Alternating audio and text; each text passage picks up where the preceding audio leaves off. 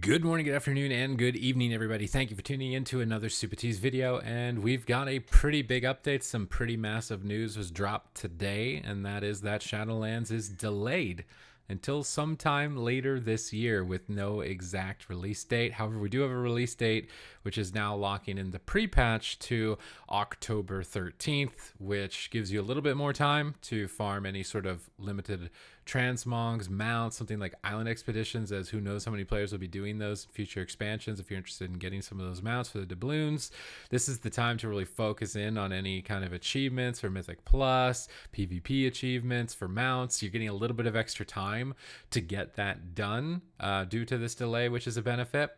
One of the major downsides, obviously, is if you took time off to play during this, then yeah, that's probably the biggest downside to this that I can see.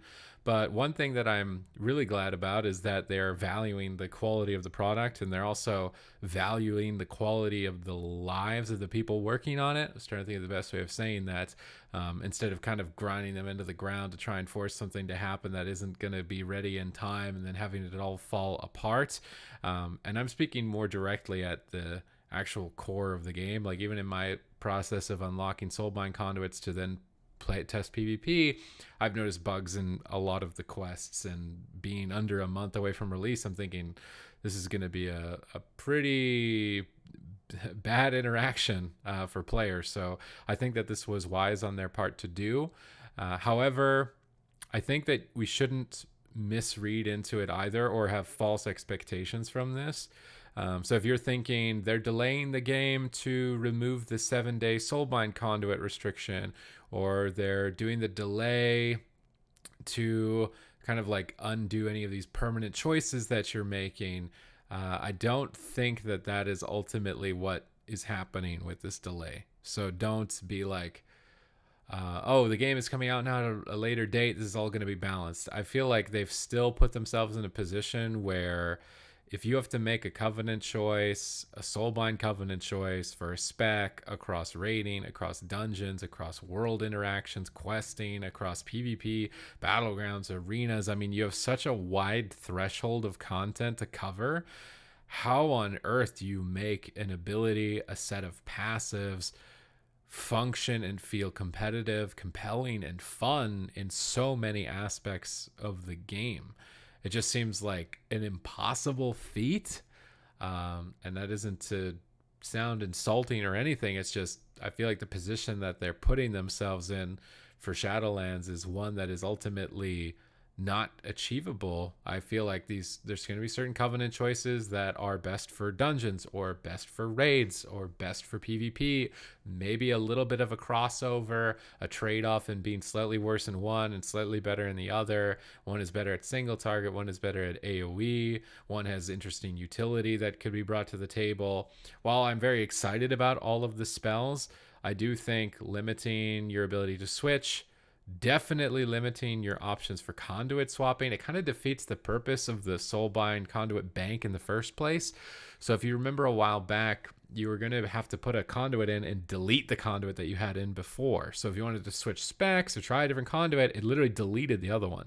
So it was brought forward as, hey, you just should make a little bank and then you can plug in the conduits you want.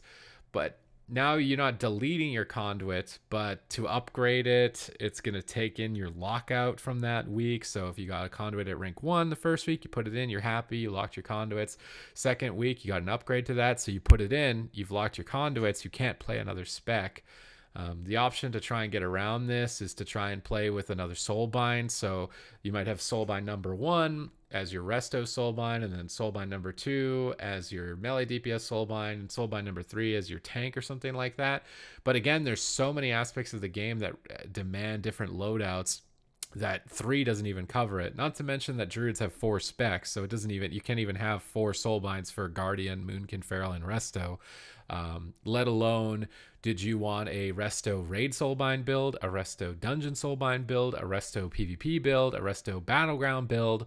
I mean, I feel like you would need like 30 Soulbinds to cover every single possible option or build. So you're just ultimately going to be restricting yourself and locking yourself in.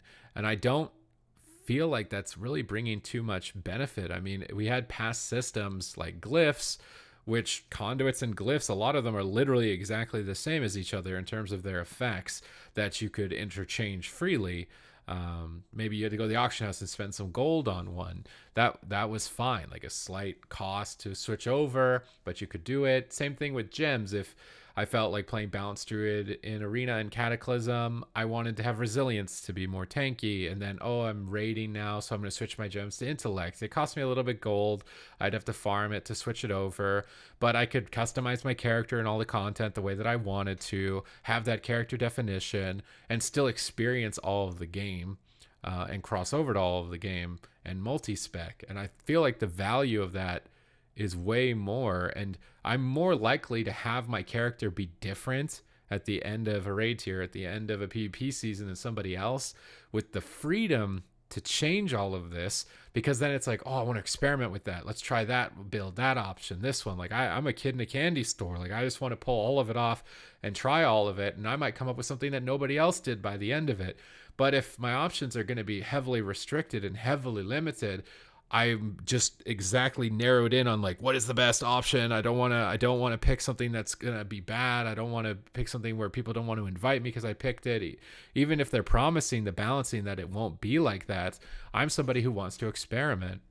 That's why the restrictions of the corruption system in BFA, where it's a rotating vendor and it's a massive amount of currency and you have to delete your old corruption to put on a new one. Like there are so many possible builds that I never even got to try or touch, because it just wasn't timely. You couldn't do it. It would have to be like 2 full-time jobs to be able to get enough of the currency from all of the time gating to even come close to remotely trying all of the options and all of the possible builds. So to me, I feel like I'm more likely to have character definition with freedom of choice and more interchangeability. But unfortunately, I don't think that this delay means that is something that's going to happen. It seems like it's pretty set in stone. Covenants you'll be able to change, but going back will be a pain to the one that you've left. Your soulblind conduits are locked in for a week, and that likely means that they're just permanently locked in as long as you keep upgrading your conduits every week.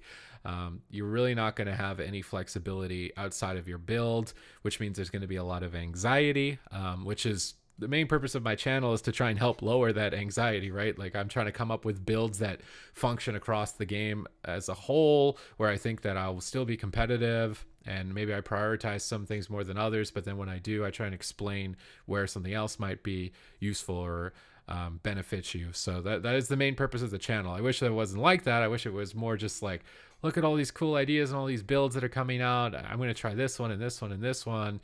And it was not so negative and not so anxiety inducing.